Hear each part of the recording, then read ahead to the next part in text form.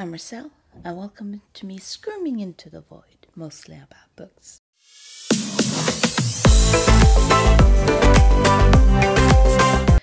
This is my wrap-up for the month September and my readathon for Shorty September, because Shorty September is pretty much the only thing I've been doing this September, considering I planned to read one book each day. Pros and cons. The positive of the project, and I did complete the project, is that my husband was impressed that I was able to read a book a day, and impressing my husband is always a win in my eyes. I also did do a chunk into my TBR, and reading so many books so quickly did allow me to compare books I don't think I otherwise would have compared, because you're sort of reading them and therefore you sort of are reading these books very quickly and therefore seeing sort of similarities in them. The cons is that it has been reading like and not really reflecting or thinking about the books I've been reading, because there hasn't been much time to do that.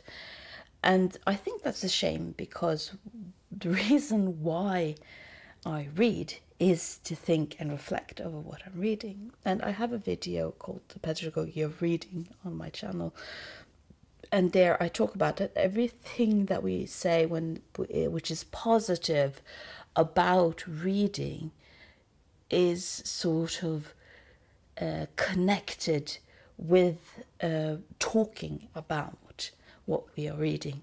You need the talking part of it, either just to yourself or yourself to a camera, as I am doing, or with other people. And all these positive things aren't really there without the talking. So I don't think I'm ever going to do one book a day, ever, unless you're talking about like 30 pages kind of books, because there is no point to me in reading just to read. That's a summary of that. And now I'm going to go through the books that I have read for the day. When during Shorty September, they were connected to Storygraph, and I have really enjoyed that as a way of keeping up with which books I've read, which books I haven't read, and also seeing what other people have been reading.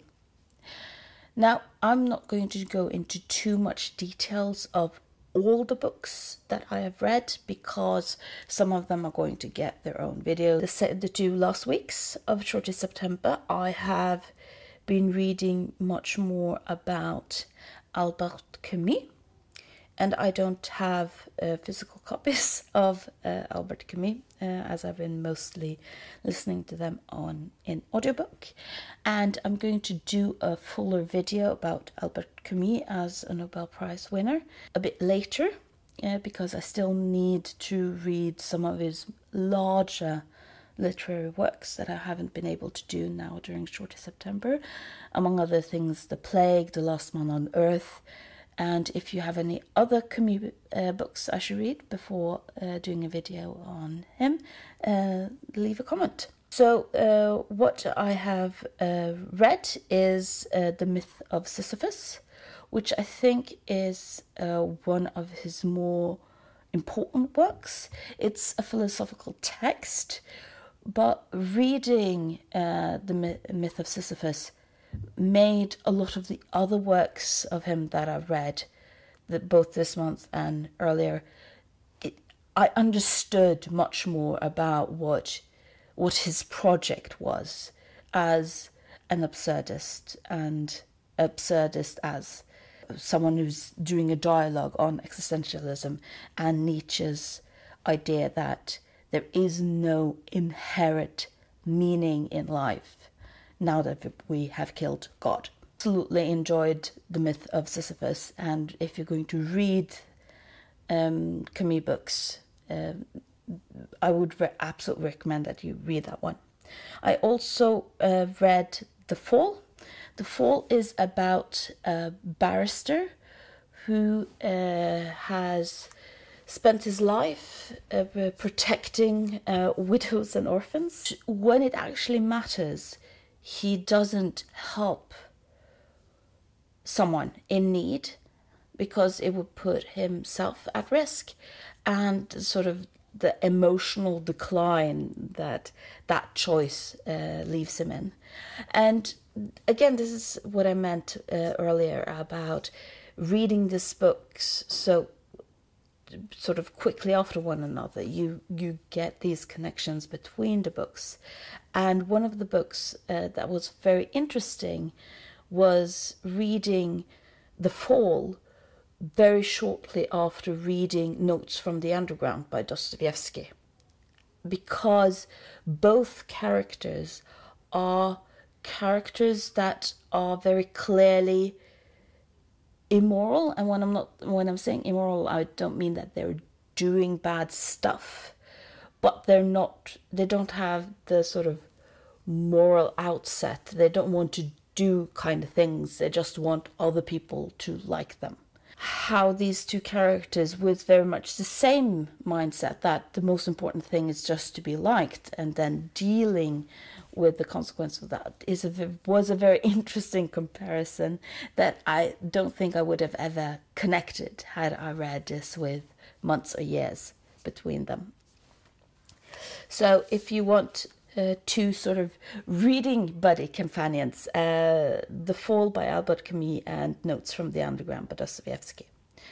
And I'm going to talk more about Notes from the Underground when doing the books that I'm not doing a proper video about.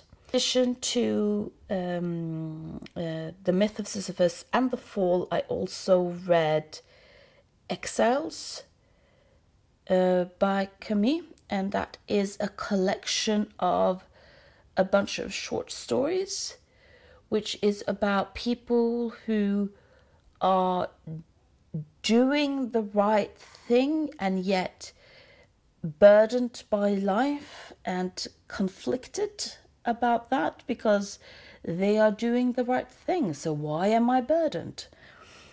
And again, this theme that you sort of see in a lot of Camus' book really is sort of explained by his philosophical essay, The Myth of Sisyphus. And I'm going to go more in depth in this in the video about Albert Camus. So there's just 3 more books I'm just going to present because they either have their own video or are going to get their own video. So links to these videos will be in the description, or if they're not out yet, then you should subscribe if you're interested in them.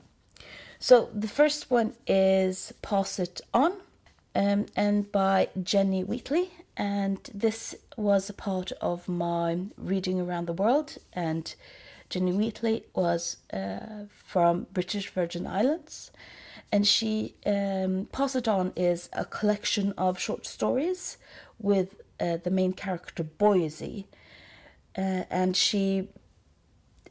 him just doing stuff and being a boy in the age range of 8 to 12. And what I found very fascinating about the collection of short stories is, of course, that I grew up reading Astrid Lindgren and her books about Emil Lönneberger, which is also about a boy between the ages 8 of 12 that are doing bad stuff, not because they are bad people, but because they are rambunctious boys. And the similarities between a Swedish boy between the ages 8 and 12 and a British Virgin Island boy between the ages 8 and 12 were interesting to see, because they very much are very, very similar in their attitude towards life, which means act, then think. Then I have The Tale of Aypi. This was the book that was also reading around the world, representing Turkmenistan. And this is about a coastal village where there is no longer allowed, the villagers are no longer allowed to do fishing professionally or non-professionally. That isn't that clear in the book. It's just you're not allowed to fish anymore. And of course, when the coastal town mostly have been fishermen, this is almost the death of the coastal town, and how this town is then dealing with that. And what I really enjoyed is that The Tale of Aypi is a story about a woman who lived 300 years before that, when the town was sort of created. And I've really much enjoyed the parallel between sort of the tale of Aypi, the female character of Aypi, and how she is sort of talking to these fishermen that are coming to the town and the village, and in that sense sort of creating this village as and symbolically becomes the representation of the village that is now dying. So a video about that for those who are interested. And the last one of the Reading Around the World books that I've read this month for this project is Kate Roberts' Feet in Chains. And Kate Roberts is a Welsh author. And this book is a book about Jane Grufford, who gets married in 1880, and we follow her life up until the First World War, her and her 6 children. This is a farming community, and it's fascinating to sort of see how her children are reacting and interacting with the society at large, in the sense of trying to do better with themselves, trying to build something of themselves. I think this Feet in Change is probably one of the best books I've read this month. But of course I do enjoy a good class book. So that was the very short introductions to the books that have or are going to get videos about themselves. Now, before we go on to the other books that I want to just shortly talk a bit about, because there are prompts in this read-along, and one of them was half and half, reading a book and then watching a film. And I had read all the books for that prompt, and I talked about that in the last video, but I had not seen the films for 2 of them, The Postman Always Rings Twice and Rosencrantz and Guildenstern Are Dead by Tom Stoppard. So I'm just going to shortly talk about those 2 films, and if you're interested in listening to me talking about the books, you can watch the other video. I really enjoyed the film Rosencrantz and Guildenstern Are Dead. Now, the director is Tom Stoppard. Tom Stoppard is the author of the play, and the film is very much a filmed play. And when I'm saying that, I'm not saying that it's just on one studio, but more that the language they are using in film is very much a theatrical language. And I started to get a lot of appreciation for the play by watching it as a film, but clearly understanding that I am watching a play with just a bit more fancy camera work than you usually see it in. The postman always rings twice. And I was very much disappointed about the film. The film is regarded as a classic. It's on the 1001 films you should see before you die list. And then we can also always argue about that kind of list.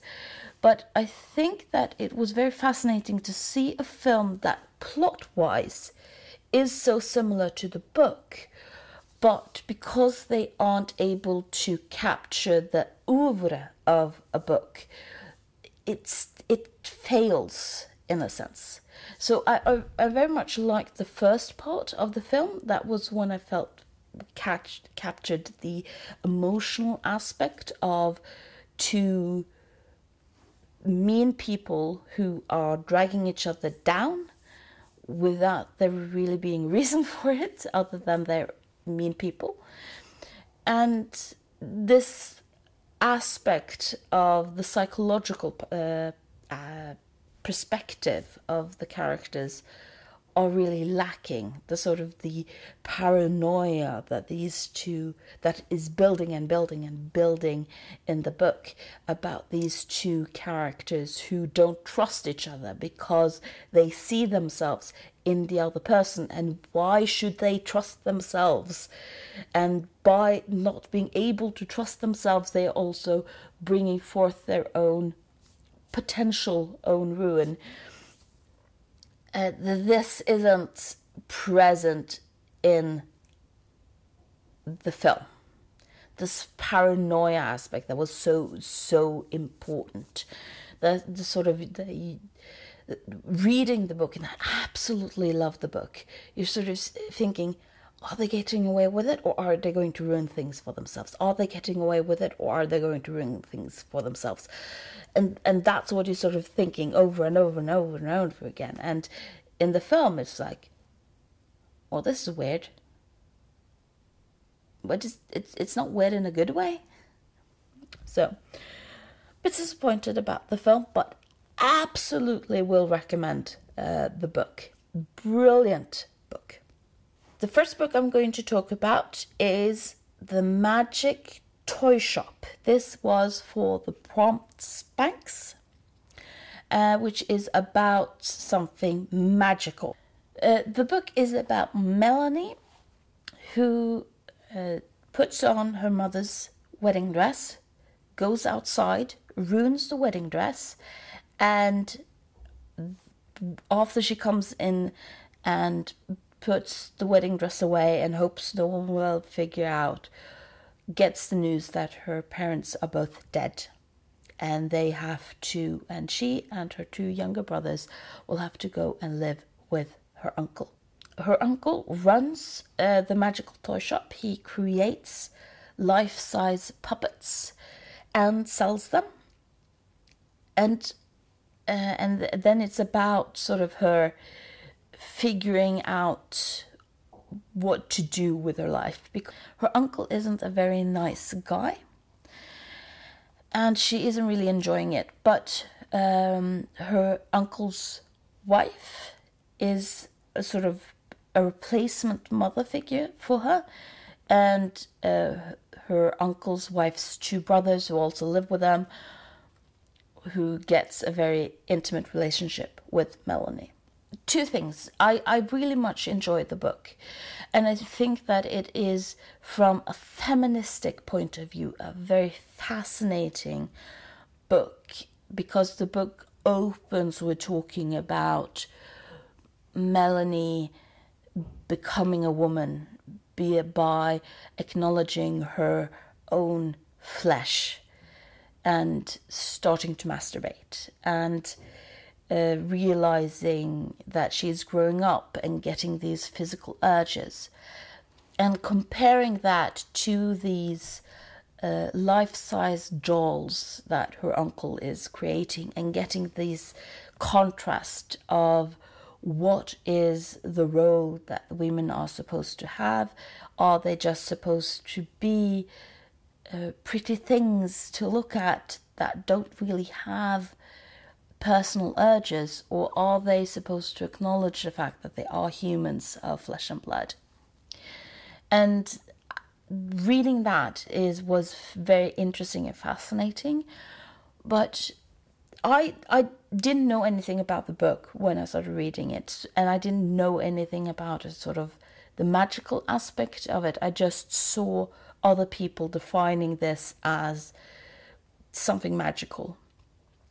Some say that it's magical realism, some say that it's full out magical, and I don't really see it in the book.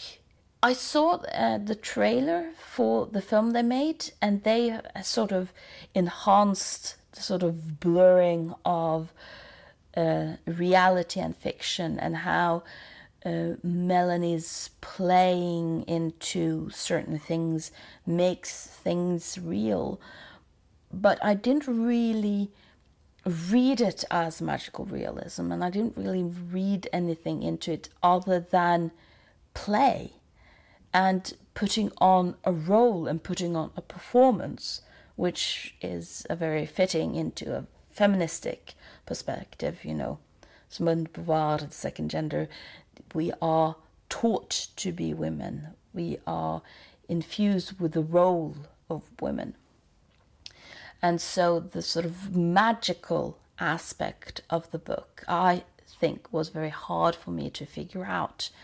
And interesting, if you have read The Magic Toy Shop, especially for those of you who have read The Magical Toy Shop as a part of Spanx, because I know there are more of you out there, please let me know what you think about this book as part of the magical realism aspect of it. Is there something here I'm not really seeing? What am I not seeing? Or did you also sort of struggling with that, figuring out this as a part of sort of the magical realism aspect of it? Because I was sort of thinking, so, oh, is there something more here? Is there going to be some twist at the end? Which there is in some way is, but not necessarily the one you're thinking about. And I apologize, there is sound in the background. Someone is trying to sell the children outside some ice cream. I can't really stop filming, so I apologize for the noise, so we just have to move on. So The Magical Toy Shop, I really, really enjoyed it, but I didn't really see the magical realism of the thing. But please let me know what I'm not seeing in this book down below. And then we have, for the prompt, shorty shorts, we have Roadside Picnic by Arkadij and Boris Strugackij. And again, a book I very, very much enjoyed. The film that's based on this book, Stalker, is arguably more known than the book, and I've seen Stalker. And again, talking about film adaptations of books, Stalker is a very interesting, reading the book, and I knew the book was very different plot-wise from Stalker, but Stalker is a very true adaptation when it comes to theme and when it comes to the character's emotional arc. Dead on. When it comes to the plot, extremely different. The only sort of true sort of similarity is the fact that or in the world there has been placed certain alien artifacts in these zones, and then you have these stalkers, which are people that travel into the zones and pick out these artifacts, which is similar in both the book and the film. But how the stalkers do this and everything about that is very, very different. What I really enjoyed about this book is that it shows how books, good literature that clearly was about something specific during when it was written, can become about something else. A discussion to be had when this book was written is the topic of the book, specifically the Soviet Union, or is it more about corruption in general? Because the things that they are talking about and discussing regarding the people who are very much thinking about themselves more than anything, to me reads more about corruption in general than specifically the Soviet Union. But I am open for being convinced otherwise. I know that the Strugackij brothers had a lot of trouble getting this published because of censorship in the Soviet Union. And I think that the book is also interesting to read today because how easy you can read in climate change as a topic, and especially in connection then with the corruption and the self-centeredness and how people can't really fix the larger problems because they are so hyper-focused on themselves. And it's very fascinating because, of course, this was written, when was this published? In the 70s or 80s? 70s, in 1972. So, of course, the discussion about climate change wasn't really that relevant, but yet it's very clearly something that can be read into it today.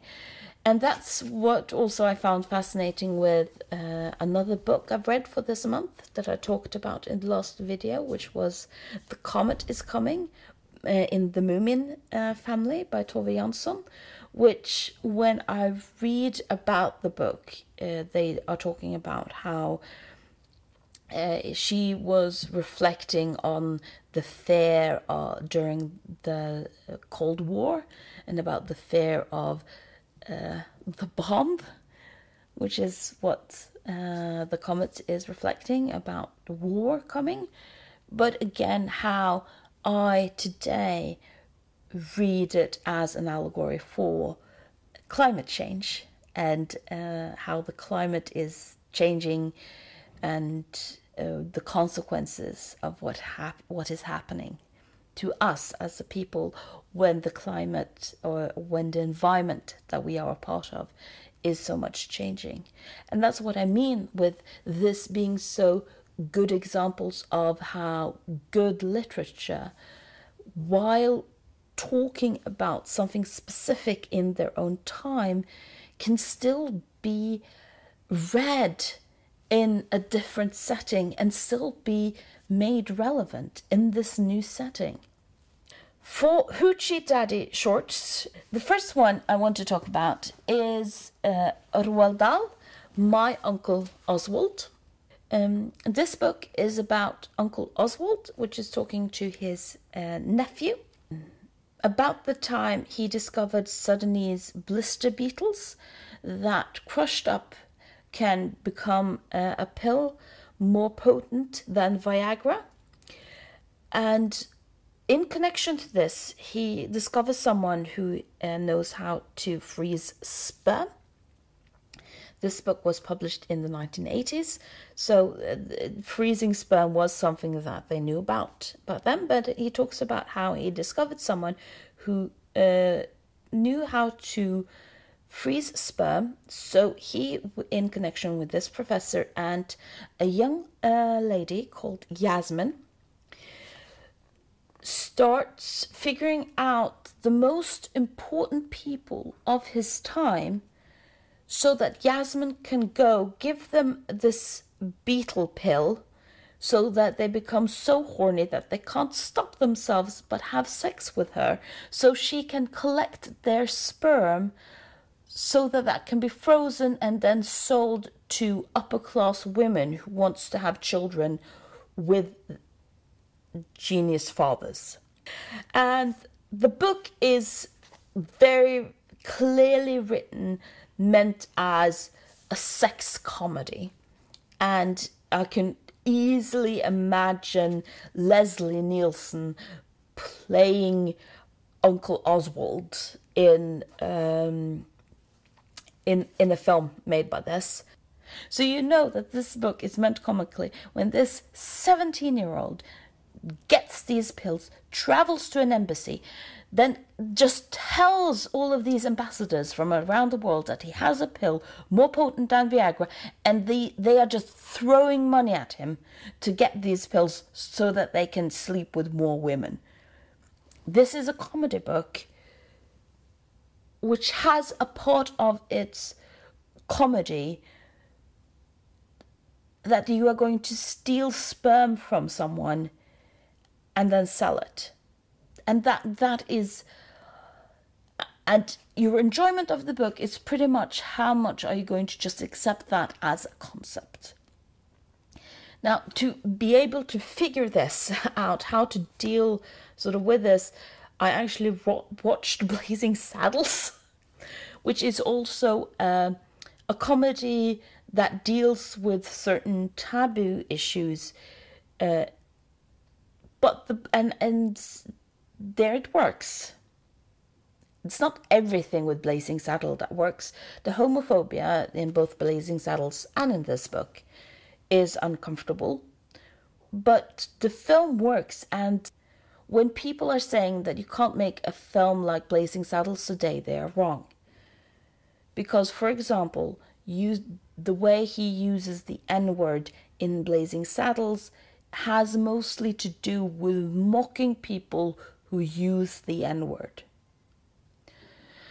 You don't really get the same satisfaction of knowing who are we laughing at in this book,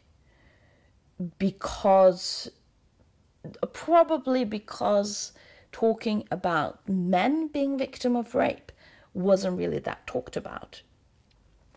So I don't really know how to feel about this book because of this issue. I was absolutely sort of going with it. It was fine. It was light-hearted entertainment when he was talking about these pills, and this 17-year-old was traveling and getting millions from these ambassadors so that they could sleep with thousands of women. Fine, it was fine entertainment. The comedy of drugging men, and some of them are very clearly doing this in a sense that they wouldn't otherwise do it. There are dealing with gay people, there are dealing with asexual people in this book that are given this pill and therefore also then having sex with Yasmin. And I found that uncomfortable. And now you know and can make a choice for yourself. The second book I read for Hoochie Daddy Shorts is The Lover by Marguerite Duras. And this is not a bad book. It talks about a young girl who has a Chinese older man falling in love with her, and it's about the reaction that society at large has on this amour. This is also happening in Indochina, so it's not a Chinese person who's moved to France. Marguerite Duras is French, and On one hand, I want to say that it is what the book is about, but on the other hand, I read the book as much more about the main character, who is a stand-in for Marguerite Duras. This is an autobiographical book, and about Marguerite Duras' relationship to her brothers and especially her mother, and how her mother wasn't the most supportive person in her life, and how Marguerite Duras wanted to be an author, and how her mother just said, no, that poo-poo, don't do that. And there is nothing wrong with the book. It's fine for what it is, but it does feel like I've read this genre before. This upper middle class woman talking about how unfair the rest of the world is and how she never gets support from her own mother. That's what I read in that one, and that's also what I read in her other book. And it's fine. If this is what you want to read, then this is an okay pick for that genre. But it doesn't really say something that you don't, for example, also get in Colette. Colette is another French female author talking about how she, as an upper middle class woman, doesn't get the love and respect she deserves, and how people are poo-pooing her wishes, her hopes, her dreams, and especially her love life. Colette, rather than being in love with someone of a different race, is of course in love with someone much younger than herself. So if you like Colette, you probably like Marguerite Duras. For the Elizabethan shorts, which is an historical read, I read Ben Jonson's Bartholomew Fair. It's a play, and Ben Jonson was one of William Shakespeare's contemporary, and a much larger figure during his time. And what's fascinating with reading Bartholomew Fairs by Ben Jonson compared to what we sort of read with William Shakespeare is that William Shakespeare's plays are very much based on the language, and in some sense becomes more universal, while Ben Jonson's plays are very much more contemporary and more political. This is a comedic play and is about just a bunch of people doing a bunch of things during the Bartholomew play, during the Bartholomew Fair. And there is very much humor based on making fun of certain characters and certain groups of Ben Jonson's time, especially the Puritans. The Puritans are very much made fun of in this play, which might be one of the reasons why the Puritans didn't like Ben Jonson or theatre as a whole, because they kept getting made fun of it.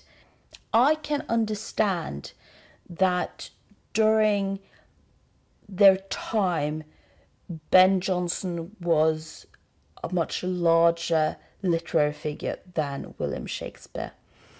This reads as a larger play. This reads as a more political, sort of violent play. And it reads like someone taking risk with his art.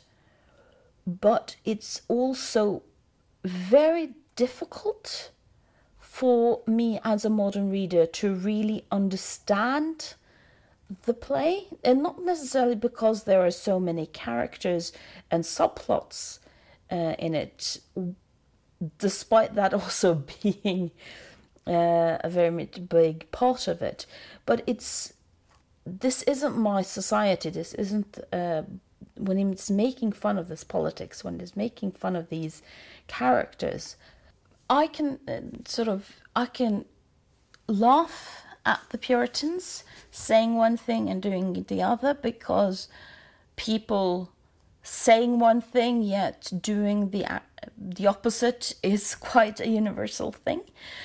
But I think a lot of the humor is lost in the time. There is too much of the policies and the politics of Ben Jonson's time that isn't translated for someone who doesn't really know much about that culture. And I don't know a lot, but I do know some of it.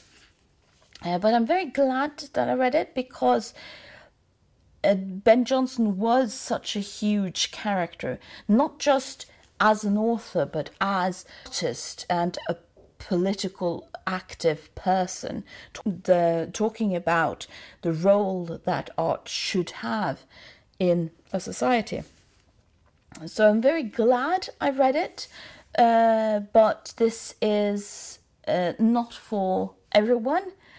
But if you want to read more, if you enjoy Shakespeare and if you enjoy theatre, having actually read it actually is a nice knot to sort of tick off. For ripped shorts, the one thing I haven't talked about yet is Factotum by Charles Bukowski. And Factotum is an autographical book and was written after his most famous book, which is The Post Office.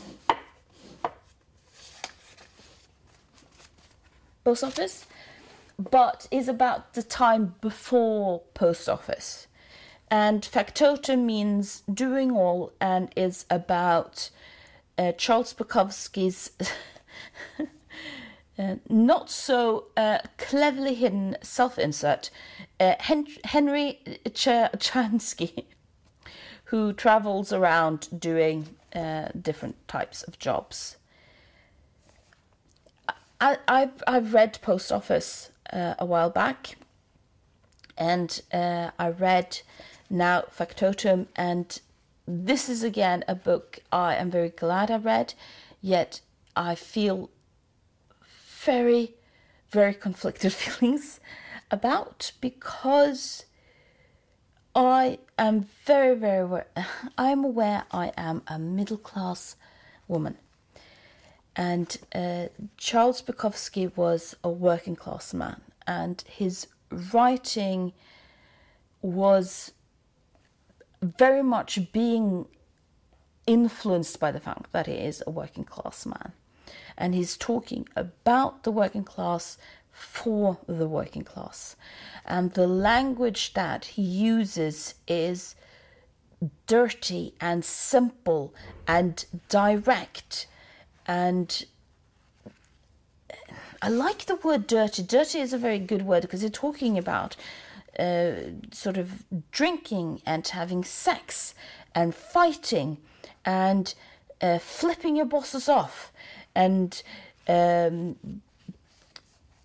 gambling and just thinking that life sucks, but this is what you have and this is what you can do. And there is one thing that I keep reacting to with Charles Bukowski's writing. I reacted to it regarding Post Office, and that is again in Factotum, and that is his misogyny. He has a way of writing about women as lowlife, as scum. The character that he has in this book, that is the one that he is with the most, sleeps around and gets crabs and gives him crabs. And he is angry that he has gotten crabs because he has to have had crabs because she was sleeping around. Not even considering that he is also sleeping around on her. And it's so mean-spirited, the way he's talking about women in his books, that it becomes uncomfortable to deal with, especially regarding reading it as a middle-class woman. Not because my sensibilities necessarily has to be such hoity-toity. I think that it is important to read working-class literature and to be able to reflect about the worldview and values that you have grown up with as a middle-class person, as generally as everyone in a sense, but because so much of society is geared towards the middle-class culture, especially someone representing that middle-class culture. And through doing that, I've had to reflect on how do I view work, that I grew up with work, that your work should be your identity. And I had to reflect, is that a healthy way of dealing with work? Or is it just okay to have, that is my job. I do my job so I can have money, so I can spend it on other things. It has to do with how you view living conditions. I have been raised on you should live as the primary family, and when you grow up you should move away, and then you should get married and have children and see your parents whenever, but as someone who is outside of that, rather than in sort of the working class aspect of it, with a more pragmatic view of it. In a story I heard about the working class situation, the mother was living with her grown-up son because pooling their income together meant they had a better place to live. And reflecting about that, what is sort of this way of living, of demonizing multi-generational households, what does that do with us? I think that is an important value in it. And then I'm sort of challenged with a mean-spirited misogyny, and a mean-spirited misogyny that is so influenced and integral part of the way Charles Bukowski presents his working class identity and his working class narrative and his working class that it's difficult to just accept that that is right. Charles Bukowski is an idiot, trying to figure out a word I can use on the internet, because you shouldn't treat people that way. Because you aren't acting any different than they are. So why are you calling them scum when you are doing the same thing? I did not like this book, but I am so glad I read it because it made me think about it. It made me reflect, because we should always reflect on our values. Where do we stand? Do I agree? Do I not agree? And is it actually possible for someone who is in the middle class to look at someone who is working class and saying, you know what, in this specific incident, you are actually just an idiot. And if anyone has working class literature written by working class women, please let me know. Sort of that is specifically talking about class in the sense that Charles Bukowski is talking about class, but from a female perspective. So if you have any recommendations of that, please let me know. I know that because I just talked about Feet in Chains, that is also a class aspect of it, but it becomes different because it's not modern times. What Charles Bukowski is talking about is the 1950s and 60s. So that's the time period I'm talking about. I want to know more about working class 50s, 60s, 70s, 80s from a female perspective.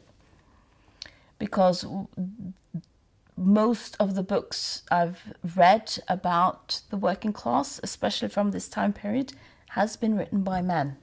Moving on, we have Pedro Pascal shorts, and we have another Marguerite Duras, Moderato, Cantabile, which is about an upper class woman who is following her child to the child's piano lessons, and while the child is having piano lessons, she is sitting in a nearby bar and drinking, talking with a working class man. Again, as I said with The Lover by Marguerite Duras, there isn't anything new in this book. It's very much a part of the genre. About upper middle class women or noble women, talking about them living in gilded cages and how unfair that is, without necessarily moving beyond their relationships with their parents or their husbands or their children. And I think maybe that's why it's fine. It would have been so interesting reading a book like this when talking about work. Not just being an author, but wanting to go into business, wanting to inherit their father's business and not being allowed to do that. Or in this book where she is talking about, with this working class man, reflecting about how class actually influences her society rather than just her gender being influenced by it, because there's so little reflection of actually class in a lot of the book. In The Lover, there's a bit about regarding race, because she is in a relationship with a Chinese person. But still, it's not in-depth discussions about it. It becomes very much just my emotional toils. Upper class men can write those books, and upper class women can write those types of books. And I actually have to admit. So in this book, the upper class woman gets drunk at the bar during this talk with this working class man, gets home and gets in trouble with her husband because of these actions. When I first read the ending, I actually thought her husband had killed her, and that the last scene was just a representation of life beyond. I actually liked that interpretation more, because at least it was something new. But don't get me wrong, I'm happy I read Marguerite Duras. I'm always glad in reading more female authors, and especially non-English writing female authors. So they're fine, absolutely fine, completely serviceable. And they're also quick reads. If you just want something to read with a glass of wine on a Thursday evening, perfectly serviceable. For Mom Shorts, which is a comfort read, I read Poirot Investigates. Huge Agatha Christie fan. Comfort read is always Agatha Christie, and this is a collection of short stories about Poirot doing what Poirot does best. So can absolutely recommend. And I think, of course, the good things about reading her short stories collections is that not all of them are going to be winners. Not all of the stories are going to be winners, even if it's a nice read regardless. So the good thing about the short story collection is that while you might sort of feel like, this was maybe a dud, there is always going to be someone that you are enjoying, rather than sort of investing a full evening in just one story that might be a dud. And the last book I am going to talk about now is Notes from the Underground by Dostoevsky. And this book is about a man who is now living underground and talking about how he lost faith in society and emigrated underground. I enjoyed reading Notes from the Underground, not because the character was likable, but because it made me think about why wasn't this character likable? And it made me have to think about how he was a very relatable character. He was a character that was very focused on what do other people think about me? How do other people reflect? And there is a scene in the book about how he bumps into someone and he gets so angry about this that he plans for months about how he's going to buy himself a new suit. He has to borrow the money, of course, but he's going to buy himself a new suit. And then he's going to bump into this other person again. And then they're going to regret having to bump into him the first time and snubbed him. And it's going to be so wonderful.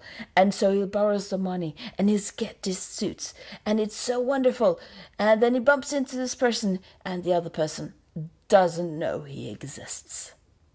Doesn't remember him at all. And it absolutely breaks him. It is one of Dostoevsky's, in one sense, easier book to read because you're just dealing with one person and he is so self-centered that you aren't really having to sort of connect a lot of dots in that sense.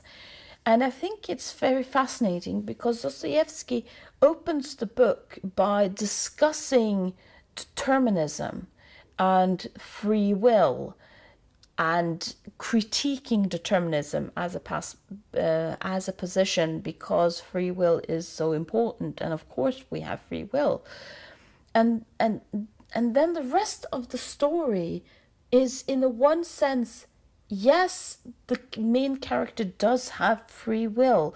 Yes, the main character does have the ability to, he is the one choosing to take up a loan, getting this new suit, bumping into this person. He is sort of, it's his free will that is sort of clinging on to this and not letting go. But in another sense, you are seeing how his personality, his neurotic personality, the way he's so focused on how other people are perceiving him, that he can't let things go, is also what is determining him to fail at what he wants to achieve, which is being loved. Behind everything, what he wants is connection. He wants to sort of be admired, be liked, have friends. And he keeps getting in his own way because of his own sort of determinism. Because he is determined to be loved, he pushes everyone away.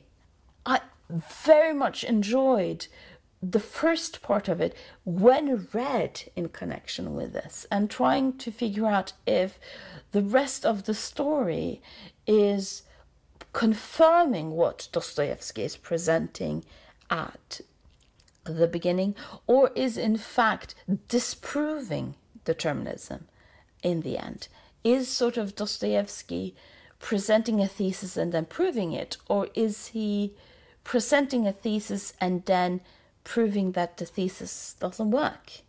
I have my feelings about that. I feel like the book is actually proving that there is a lot of determinism due to our personality quirks, and showing how it's not as easy as just saying that we have free will. But I'm interested. If you have read Notes on the Underground, or haven't, but just have connected the dots based on what I've said, what do you think? Are we determined to do what we have to do based on our personalities? Or is there actually an argument to be made against the protagonist for free will? Leave me comments down below. So that was the 15 books I've read. Now for Shorty September, that's 30 at all. This has been such a long film, and I'm so happy and so grateful that you are continuing to listening to me scream into the void. If you've read anything of these, please let me know. If you have any other book recommendations now that I'm done with Shorty September, please let me know. How did you do with Shorty September? And I'm so grateful for listening to me screaming into the